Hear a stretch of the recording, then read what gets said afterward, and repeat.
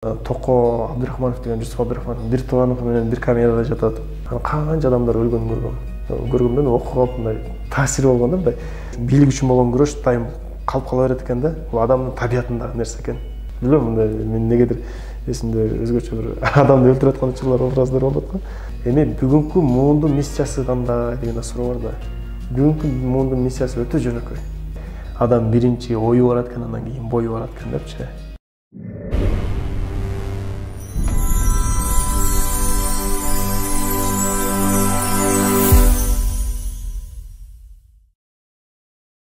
Assalamu alaikum урматтуу достор. Кыргыз жаш көч коомдук бирикмесинин мен сүйгөн китеп долбоорунда бүгүн бизде конокто Табылды Муратбеков. Assalamu alaikum байке. Алейкум ассалам. Ден соолук, иштериңиз жакшы? Жакшы, рахмат. Кош келдиң. Рахмат. Азыр биздин достор менен саламдашып, өзүңүз тууралуу маалымат берип өтсөңүз. Жакшы. Биринчиден рахмат ушундай мүмкүнчүлүк түзүп бергенге. Өзүм аты жөнүм Табылды Муратбеков. Гөлдөн болом. Учурда ошол өкмөттүн Ысык көл облусундагы өкүлүнүн жардамчысы катары иштеп атабыз. Буга чейин коомдук иштерде көп долбоорлорубуз менен жүрдүк. Алардын ичинде ошол китепке Алатоо, бир адамдан бир китеп, интеллектуалдык инвестиция, ага чейин студент кезде инсандык өнүгүү деген сыяктуу долбоорлор менен. Кыскача ошондой. Улуттук университетти бүтүргөнбүз, кошумча Кытайда билим алып келдик. Анан дагы бир катар мамлекеттерде болуп келгенбиз. Жакшы, рахмат. Анан бүгүнкү биздин жолугушуубуздун себеби китеп тууралуу болот да. Анан кайсы негизи эле бир адамдын көп эле китеби болот да, сүйүп алган. Ошол китептер тууралуу айтып өтсөңүз.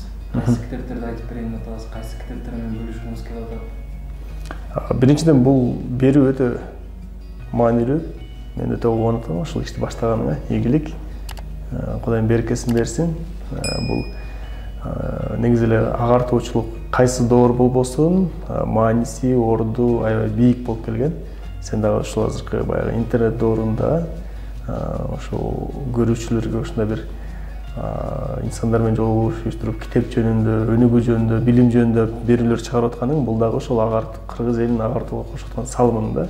Анан китеп жөнүндө сөз кыла турган болсок, бул китеп жөнүндө көп сөз айтылат чындыгында. Чындап көп сөз айта турчу жайы бар. Китеп бар үчүн кайсы бир деңгээлде адамбыз, өнүгүп атабыз, өсүп атабыз. Бул бизди мындай бийиктерге көтөрүп аткан кайсы тепкичтер да, китептерчи. Ошон үчүн жашообуздагы китептин орду чоң. Мен жеке жашоомдо дагы баса белгилеп айтып кое алам. Бир кантип мисалы буга чейин бир катар долбоорлор менен көп инсандар менен иштешип, жакшылыктарга себепчи болуп калган болсок, ошо бала кезде окуган китептерибиздин аркасы менен деп билем да. Анан өзүм жеке жашоомо таасир эткен китептерден бир китепти айта албайм чындыгында. Мисалы китеп дүйнөсү, китеп деген эмне экенин мага сездирген бул Чыңгыз атабыздын Жамилясы болгон. Ошо Жамиляны окуп 7-8 классында окуп аткан учурумда ошо сабак болуп, сабактан тышкары тыныгуу учурунда окуп, тыныгуудан сабактан калып алып окуп, ушундай бир китеп ушундай таттуу экен, ушундай даамдуу нерсе экен деп ушундай бир китепке аябай кызыгып калгам да ошол китептен. Ошондо баягы сүйүү окуялары, кечки август кечтери, берки баягы согушка кеткендеги кыйын учур, анан ошол учурда согуштагы тылда иштегендердин кыйынчылыгы, ушун баары мындай чындап мага бир чоң таасир эткен. Андан кийинки бул таасир берген чыгарма ошол эле мектепти курагында окуганым Төлөгөн Касымбеков атабыздын Сыңан кылыч тарыхый романы болгон. Бул китепти мен окугандан кийин мекенге болгон, өзүбүздүн элибиздин тарыхына болгон, өткөнүбүзгө болгон мамилем өзгөргөн. Кадимкидей сый урмат пайда болуп, мекенчилик сезимибиз курчуп, анан сөзсүз түрдө мына китеп окуганда бул билим, маалымат, анан мисалы тарых сабагынан, мисалы ошол Кокон хандыгынын доору болсун, андан кийинки падышалык Орусиянын чапкындары болсун, ошол учурда мугалимдер менен кайсы бир деңгээлде талашканга чейин барып калган учур болгон. Себеби ошо чыгарманы окуганым себептүү да. Ушул китептер болду. Анан мисалы Нуржит Кадырбеков агайыбыз бар. Агайыбыздын Япон керебетин сыр деген китеп бар. Ошол китебинде агайыбыз жазат да. Ал киши тоодо кой багып жүрөм. Караколжонун 1-майында тоодо кой багып жүрүп, анан Чыңгыз Айтматовдун Фудзияма деген кадыртын деген чыгармасын окуп тур да. Окусаң керек, Фудзиямада кадыртынды окуп алып, тоого чыгып ташта окуп жатат эмеспи? Мен Фудзияма деген Японияда тоо бар экен, ошол тоодо турам деп туруп ташта болот ойногон экен да, өзүн элестетипчи. Агайыбыз ошо кийин айтып калганы бар. Адам биринчи ою барат экен, андан кийин бою барат экен депчи. Анын сыңарындай биз дагы ошол студент болуп барганда Бишкекке бардык. Чөйрөгүттүк, адамдар менен аралаштык, анан кийин өзгөчө китепкөй достор таба баштадык, китеп менен аралашып жүргөн инсандар менен аралаша баштадык. Ошолордун биринде ушу Япон кереметтин сыры деген китепти досторубуз сунуштап калды. Ошол китепти окуп, анан мен да кыялдандым эле. Мен да ушу чет элге чыгып келсем, эл көрүп келсем, жер көрүп келсем, мен да ушинтип китеп жазсам депчи. Ошол Нуржигит Кадырбеков өзүнүн чыгармасында бала кезинде Япониянын кандай кыялданса, биз да ошо Япониянын агайдын Японияда жүргөнүн көрүп, биз дагы ошондой кыялданганбыз да, чет элге чыксак деп.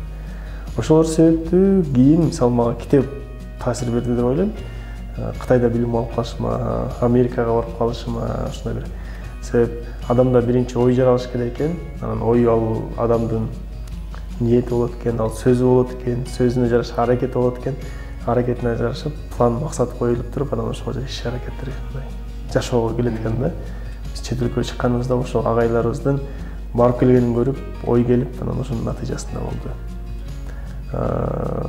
Анан дагы мага жашоого чоң таасир берген китептердин бири бул ошол Нуржигит Кадырбековдун Ант романы. Антты жаңылбасам 3 жолу окудум окшойт. Ал чыгарма негизи мындай көркөм чыгарма го, бирок Нуржигит Кадырбеков агайдын өзүнүн жеке жашоосунан алып көп нерсени жазган да. Ал баягы чоң атасынын колунда өскөнү, бала кезиндеги окуялары, мен дагы таятамдын колунда өсүп калганы себептүү ошол Ант романындагы негизги каарманды өзүмдү дагы ошол жерге коюп, мындай жан дүйнөмө жакын да. Мисалы чоң атасы келип балага насааттарын айтып атканда, мага таятам насаатын айтып аткандай таасир калтырат эле да. Ошол китеп болду. Кошумча анан бүгүнкү күн баягы коомдо китеп окуучулар чөйрөсүндө өзгөчө жаштарда дейбизби, мындай бизнеске кызыккандар арасындагы мындай мотивациялык, шаттандыруучу багыттагы китептер дагы аябай таралып атат. Бул багытта аябай көп китептер чыкты. Мен студент болуп келгенден кийин мага чоң таасир берген китеп бул ошол жанагы Ойлон ойгон китеби. Ошол китеп чоң таасир эткен. Ал китепте деле бул көркөм чыгарма эмес, бирок ал жерде жана практикалык адамдын жашоосуна колдоно турчу нерселер. Кантип кыялданыш керек, кантип убакытты туура пайдаланыш керек, кантип максат коюш керек, ойду кантип башкарыш керек деген бир 100 китептеги маалыматты бир китепке бир жыйнак кылып туруп мындай сыгып берген сонун китеп да. Ошол китептагы биздин баягы максат коюубузга, убактыбызды туура пайдалануубузга чоң бир таасир берген. Жакшы, азыр айтып өтүңүз ушул китептердинчи. Азыр китептердин ичинен өтсөк да, ошол сиздин кайсы окуя же кайсы каармандар ошол китептен жашооңузга таасир берген, баягы китепти окуп атып кээ бир каармандарды үргүтүп алат эмеспиз? Ошондой баягы жашооңузга өзгөртө турган окуялар балким болгон, сыңган кылычта же Чыңгыз Айтматовдун чыгармаларында, Антта балким окуялардан айтып берсеңиз. Окуялардан айтып эстесем, азыр мага өткөн ушу пандемия учурунда бир кайталап окудум. Өтө белгилүү адам эмес. Ошо өзүнүн түптө карапайым эле адам болуп жашап өттү, бирок өмүр баяны бул көп адамга сабак болуп турчу инсан. Шертай Субанов деген. Ал киши ошол жана 30-40 жылдарда Сталиндик репрессия учурунда Касым Тыныстановдун китептерин колдонуп, ал мугалим болот өзү, анан окуучуларга окуткандыгы үчүн репрессияга кабыл алып, Калыма, Сибирге чейин айдалып кеткен да. Анан ушун жашоосунан өтө бир мындай кыйынчылыктарды көргөн. Биз мисалы репрессия десе, биз сыртынан эле билебиз, 40 миллион адам өлгөн, мынча адамда кыйынчылык көргөн, барып келген, жанагы ата бети жаткан ата-бабаларыбызды эскеребиз да, мындай сырттан маалымат катары гана мындай үстүртөн кылабыз. Бирок ал киши ошол репрессиянын ичинде жашап, баштан өткөзүп, кыйынчылык, кордукту, баягы муздак камераларда жаткызып, суу 40-50 градус Калман токойлорунда басып, алтын казышып, ушундай бир укмуш окуялар бар да. Ошону ал сырттан эле бир документалык материал эмес, өзү жашап келгендиктен ошол китеп мага аябай чоң таасир эткен. Ал киши Шертай атабыз 100гө барып жашоодон өттү. Анан ошол кишинин өмүрүнөн алган сабагым бул өмүрдү да Кудайым берет дегенге бир чоң далил да. Бул болсо ал киши мисалы Колымага кетип атканда, мен элестетип элем, ал түптүн Токтоян деген айылына кармап кетет, караколго алып келет НКВД ал кездеги. Анан аяктан алып чыгып Токмокко алып барат. Токмоктон Токо Абдырахманов деген Жусуп Абдырахманов бир тууганов менен бир камерада жатат. Аяктан Фрунзеде дагы ушундай камераларга, ушундай бир чакан бөлмөлөргө бир 20-30 адамдар тыгып салып эле, сабап өлгүдөй кылып эле, кыйнап эле сурак кылышыпчы. Ушундай кыйынчылыктар болгон да. Ал эч нерсе эмес, алар качан баягы Сибирге айдалганда кордуктун баары ошол жерде болгон. Аларды Калман токойлорун алып барып туруп, ошол жерде алтын кендерди каздырышкан да. Азыр мисалы Кумтөрдү элестетели, Кумтөрдү казганда оор техникалар бар. Техникаларды айтпайлы, дөңгөлөктөр эле мындай бир 3-4 кабаттык имарат менен теңеле тургандай бир техникалар казып алтын чыгарып атышат да. Тиги ошол репрессияга айдалган адамдар 40-50 градус токойдо, суукта, Сибирде кетмен күрөк менен баягы чапкан атайын жабдыктар менен жер казышып, алтын казышып, ушундай бир ал жердин алтын балким ачыгыраак болгондо, бирок ушундай бир кордуктар менен болгон. Анан канча адамдар өлгөнүн көргөмдөн окуп алып мындай таасир болгон да, мындай көргөм дегенде дагы жөнү бар. Китепти окуп атканда кадимгидей көз алдың элестетилет ошол кордук, ошол кыйынчылык, анан кайтып келгендеги мекенге болгон сүйүүсү, сагынычы, алтын көлүм, ысык көлүмдү ыйлагандагысы бир куш образдар бар да. Ошол китеп мага дагы бир чоң таасир калтырган китептердин бири. Жакшы. Бул анттан айтып койсузбу, чоң атасынын айткан насааты. Негизи эле кайсы насааттары эсиңизде калды эле? Ар бир эле адамдын чоң атасы болбойбузбу? Насаатын айткан бир эки кеңешин. Азыр антты окуй элегим болжолу бир 2-3 жыл болуп калды. Кытайда жүргөндө бир кайталадым, кийин келгенде бир кайталадым, бирок андан келгенде бир окуй элекмин, бирок мага азыр кыска убакта эстей турган болсо, мага баягы ант деген чыгарманын өзүнүн коюлуп калыш себеби ошо чоң атасы менен байланыштуу да. Атасынын бейитине барып, анан арман кылып, өзүнүн өкүнүчүн айтып, анан ант берет эмеспи? Мен ушундай адам болом, ушундай демеге жетем депчи. Ошол окуя мага мындай азыр эстесем ошо таасир калтырган учур экен. Менин жашоомдо да мисалы жоготкон адамдар болду. Өзүм көз алдымда боло албай, чет жерде жүрүп калганда, кырсыктап, анан самолеттен учуп келип, анан жаназасына турганда менде да ошондой жеке жашоо болду, мындай арман болду. Экинчиден өзүм ичимен берген бир ант болду да.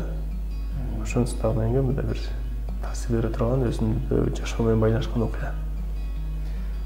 Сынган кылыч боюнча ошол сынган кылычты окуп жатып ыйлаган учурлар болду? Ыйласам керек эле. Андай эпизоддор бар да. Окуп келатып эле баягы кино көрүп келатканда бир ужас бир сюжеттер болуп кетет го. Ошондой сюжеттер болуп чочуп кеткен учурларым болгон.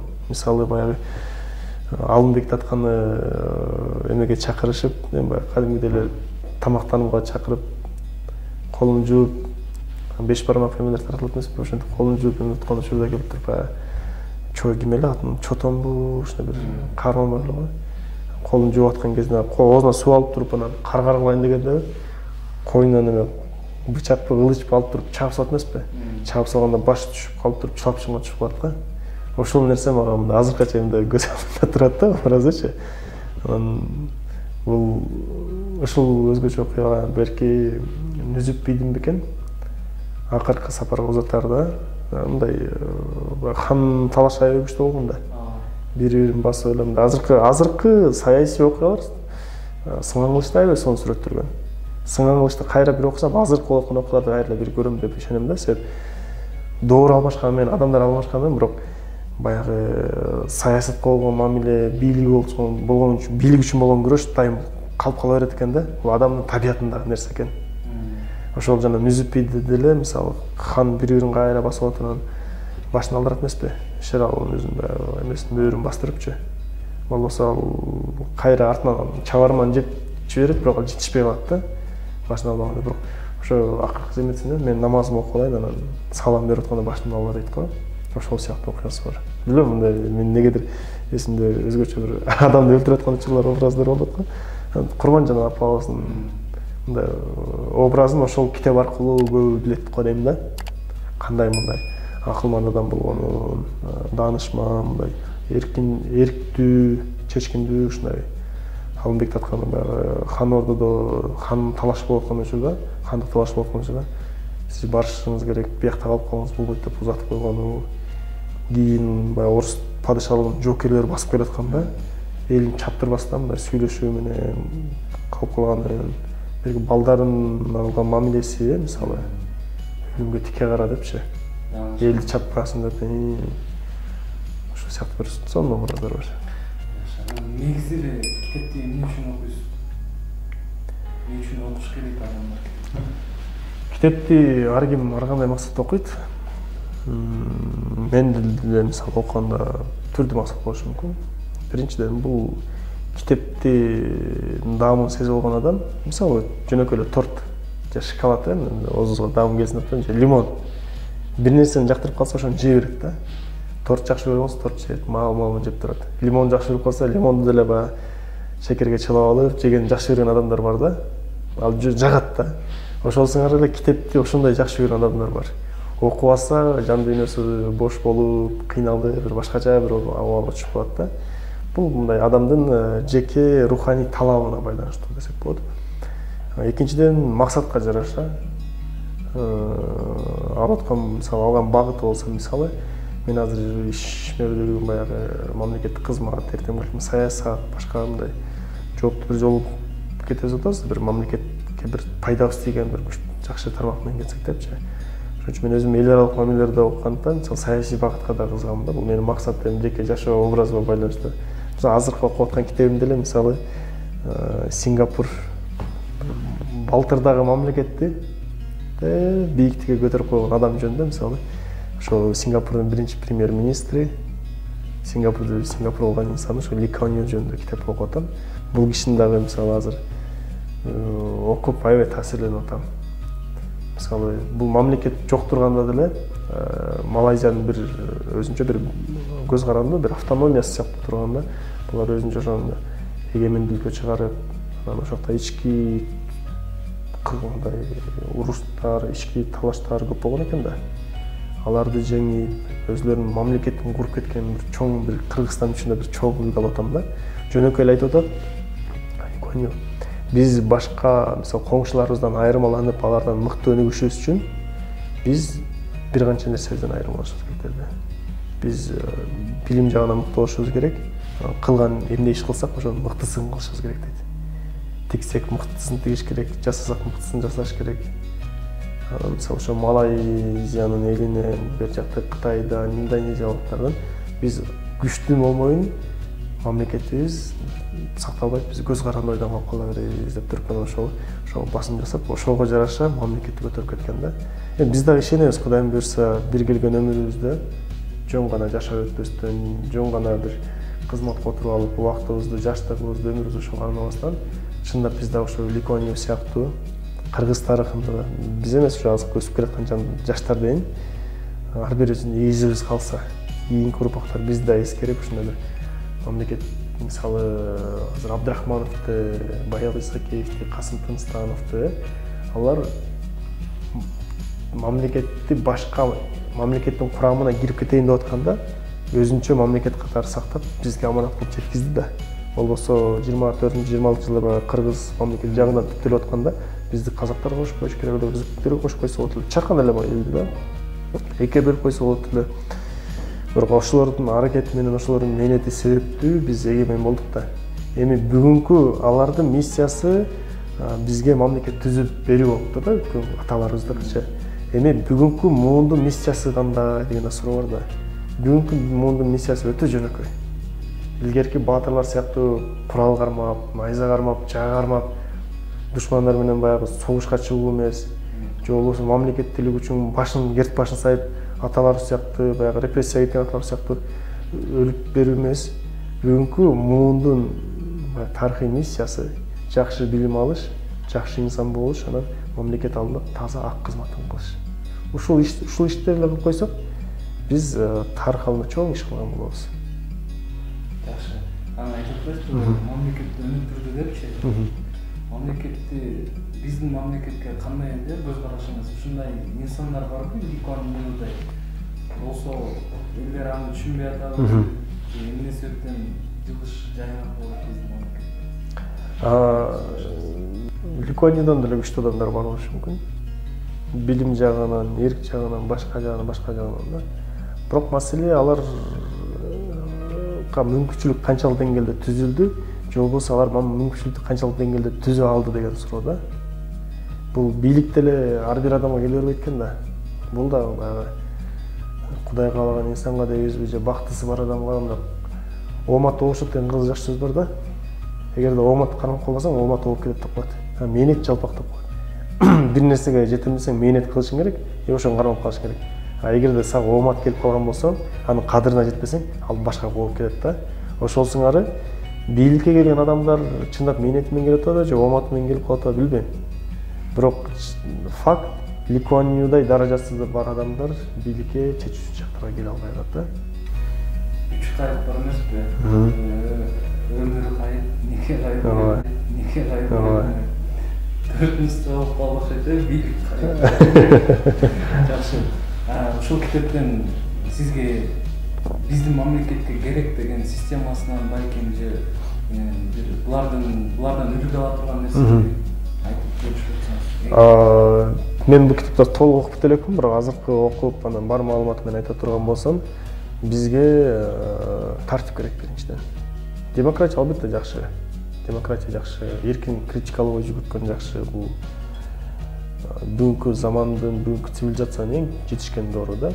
Бирок биз ал нерсеге сыяга даяр эмес окшойбуз. Мына 30 жылдык тарыхты алып карай турган болсок, канча бийлик алмашты, канча жетекчилер алмашты, бирок баягы эркиндик дегенде биз жоопкерчилиги жок эле ахлакратия деп коет го, башаламандык катары түшүнүп алдык да. Ошон үчүн бизге бул өлкөдөн ала турган нерсе биринчи кезекте бир тартип. Диктатура дегенден алсын, бирок бийликтин, мыйзамдын тартиби катуу болгон ушундай бир керек биринчиден. Билим берүүсүндө да ошол нерсени алышыбыз керек. Мисалы азыр Финляндиянын билим берүү системасы бар, Сингапурдун билим берүү системасы бар да. Биз бир канча жылдан бери мен билгенден көп мектептерге эксперимент катары Финляндиянын билим берүү системасы киргизип көрүп атышат. Анда баягы окуучуларга эркиндик берип, өз алдынча ойлонуп, эркин коюп, кийин формасына карабай мындай да. Эркин да. Анан Сингапур болсо, бул кайсы бир деңгээлде баягы союздун системасына окшош. Тартип менен бар көзөмөлдөр. Анан Финляндиянын канчалык деңгээлде бизге сиңди билбейм, бирок эгерде бизге тартип болгондо менимче ошол жакшыраак болмок да. Анан ар бир доордун, ар бир элдин өзүнүн батырлары бар. Биздин да ошо Ликуанюбуз азыр келет бар деп ишенебиз. Же азыркы жетекчилерден чыгат деп ишенебиз.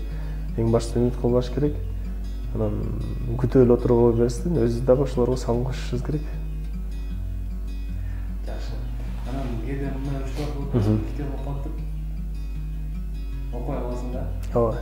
Мотивация жоголуп айтып, бир канча себептер болот эмеспи? Ошондой учурлар болуп болсо, кайра китеп окуш үчүн кандай ыкмаларды колдоносуз? Мен чын айтсам, мисалы азыр ишиме байланыштуу кээде китеп окуган убакытларым бир аз созулуп кетчү болду да. Анан өзүмө узарып бараткандан өзүмө тапшырма койдум. Мисалы китепти баштаганда каякта болбойн, ушу китепти жаныма алып жүрөм дедим да. Иш сапары болсо, иш сапарында үйгө барсам, үйгө көтөрүп барам да. Анан убактым болсо бир бет, эки бет карай берем да. Анан китеп окуш үчүн атайын шарт түзүш керек. Ыңгайлуу бир атмосфера болуш керек, бир креслом болуш керек, башка деген. Бул адамды өзүн алдап аткан нерсе да. Ошол нерсени өзү жаратыш керек. Анан кээде чындыгында мындай бардык нерсеге иш кылсаң деле мотивацияң болот, кээде мотивацияң кетип калат. Китепке деле ошондой болуп калат да. Буга туура эле калбаш керек. Бир аз тынууга алып кайра окуп кетсең болот. Анан тандаган китебине да жараша. Мисалы биз тамак деле тандап ичебиз да. Ар бир адамдын өзүнүн табити бар. Ошол сыңар эле китепти дагы тандап алыш керек. Анан ар бир адамдын өзүнүн кайсы жанрда китеп деген табити бар да. Мисалы, азыр аш лампаны алып барып турупчу, эч аш лампа ичпеген адамга алып барып берсең, аш лампаны жактырбайт. Же болбосо лагманды суюк тамак жакшы көргөндөй, кою тамак жеп көргөн адамга алып барсаң, ал иче албайт да. Ар бир адам өзүнүн табитине жараша тамак жеш керек. Ошондой болот. Анан жана мотивация өчүп калатканда эле ошол мындай. Өзүнүн табитиндеги китеп таппай калганда өчүп калат. Китептер деле башталат. Кээ бир китептер акырына чейин окулат, кээ бирлери башынан кетип, кээ бирлери жарымынан келип жабылып калат, ушундай да. Орточо эсеп менен бир китепти канча убакытта окуйсуз? Чынында өзүм санап көрбөдүм, бул китепке жараша. Анан негизи эле мен китепти баягы тез окуу методикасын жакшы өздөштүргөндөрдөн эмесмин. Жай окуйм аябай. Окуганда да чийим эле, ал окуганды жакшы көрөм. Кийин ачып карап тургангачы, ар бир жерин кайталап турганга. Азыр айтып албайт экенмин, мисалы, могу китепти өзүмө 10 күндө окуп бүтөм деп деме койгом, тапшырмай калдым, бирок канча күн өттү белгисиз анча. Эмне себеп болду бул китепти окуп калышыңызга? Бул китепти окуп калышка биринчиден бул дүйнөдөгү мындай бестселлер деп коет го, бара эң кеңири таралган, көп сатылган китептердин бири. Мында жөн эле бир мамлекеттин окуясыбыз, бул чындап бул китептин башына жазат да, эме деп. Мисалы, инженер болуштун же кайсы бир кесиптин ээси болуштун китептери бар дейт да. Алардын окуусу бар дейт да. Бирок мамлекетти куруштун, чачырап турган мамлекетти бекемдештин анын китеби жок экен дейт, анын окуусу жок экен дейт да. Бул киши болсо ошол нерсени жоктуруп, өзүнүн жашоосунан өткөзүп, ошол мамлекетти куруп, бекемдеп өнүктүрүп койду да. Бизге бул ошол мамлекетти кантип өнүктүрүүнүн бир китеби болуп берет да. Ошон үчүн ушул китепти тандадым. Бул бир. Экинчиден, көп жерге барганда ушул китеп тууралуу айтып калгандарды угуп, мындай кызыгып калат болчумун. Анан үчүнчүдөн, бул китеп белек болуп калды мага. Өзү кымбатыраак китеп болуш керек. Анан жакшы адамдардан белек келгенде, анан сүйүнүп, эме китеп текшеримде болчу, анан ооба келип азыр окуп жатам да. Жакшы. Анан биздин көрөрмандарга кандай китептерди окуңузду айтыңыз? Китеп китептерди өзүңүз окуган? Мен өтө деле көп китеп окуган жокмун буга дейин. Бирок өзүмө таасир эткен китептерден ошол Айтматовдун чыгармаларын сөзсүз окушубуз керек. Ак кемеси болобу, жамилеси болобу, кыямат болобу, эртегилер турналар болобу. Себеби биз Айтматовду дүйнөгө Айтматов бизден чыккан деген менен, бирок өзүбүз окуп алсак бул уят нерсе да. Эртең Германияга алып мен Айтматовдун өлкөсүнөн келдим деп турган. Кыяматтагы тигил эпизод айтып берчи, же ошол жөнүндө сүйлөшүү болуп калса, мисалы немис мененчи, ал билет, бирок биз билбей калсак уят да. Ошон үчүн Айтматовду окушубуз керек. Сынган кылычты мен эмеде айта элем. Сынган кылыч, маркумдар үйүнө, анан Теңир Манас. Ар бир кыргыз атуулу сөзсүз окуш керек болду. 3 китеп бир катары. Да калтысынан көбөйсө болду да, азыр оюма келген ушу 3 китеп болду да.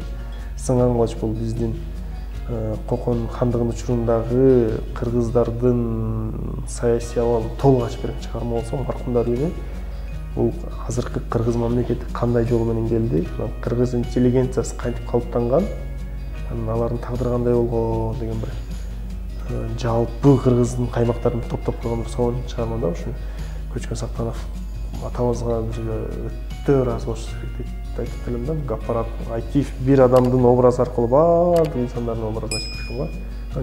Болсо бул биздин дүйнөгө Манас дейбиз. Мындай билишибиз керек болгон. Тегере Манас кара сөз тилиндеги. Балким берки ыр тилиндеги формаларын деле окуса болот. Кимге кандай сиңимдүү болсо. Талдыке бүгүнкү убактыңызды бөлүп, ушундай жакшы китептер менен бөлүшкөнүңүзгө терең ыраазычылык билдирем. Буюрса келечекте баягы тарыхта эсиге калган инсандардан болушуңузга тилектешпиз. Анан Кудай буюрса кийин бир канча жыл өтүп ушул кыргыз мамлекети кантип буттан туруп кетти деп мындай китеп эмес, мындай чыныгы интервьюга келип сиздин ушундай иш баягы басып өткөн жолуңуз менен талкуулап бөлүшүп сырларын ачып башкаларга да сабак боло турган кезди келтирсең Кудайым буюрса. Айткан келсин. Ошол жолдо чогуу бололу, бирге бололу. Себеп баарыбыздын миссиябыз бир. Бул мамлекетибиз эртеңки муун алдында татыктуу бир жакшы өткөзүп берүү. Биз баягы бир эсиңде экен студент кезде Садык Шерниязов менен жолугушуп айтты эле да. Улуу муун мынтип койду, тигинтип койду, тигини кылбады, муну кылбады дебегиле. 10 жыл өтөт, 15 жыл өтөт, ошол жерде силер болосуңар. Андан көрчү азыр ойлонгула, даярдангыла депчи. Анысыңарындай чындап биз жакшы нерсени кыялданабыз. Ошого жараша ар бирибиз даярданышыбыз керек, аракет кылышыбыз керек. Анан бир адам калбайт албетте. Команда болуш керек, жалпы эл болуш керек. Ошон үчүн баарыбыз аракет кылышыбыз керек. Анан программаң өтө сонун. Токтотуп бар. Ийгилик. Бул иш балким көп адамдын оюнда болгондур. Бирок айтып аткой. Тапкан эмес баккандыкы депчи. Анысыңарындай сен бул көп адамдын оюндагы нерсени сен ишке ашырып баштадың. Сен бул биринчи кезекте бул сенин бир мындай миссияң, экинчи кезекте жоопкерчилигиң катары да. Бул иш аркылуу сен көп адамга да жакшылык кылсаң болот, көп адамга жакшы маалымат жеткизсең болот. Ушул иш бана берсин.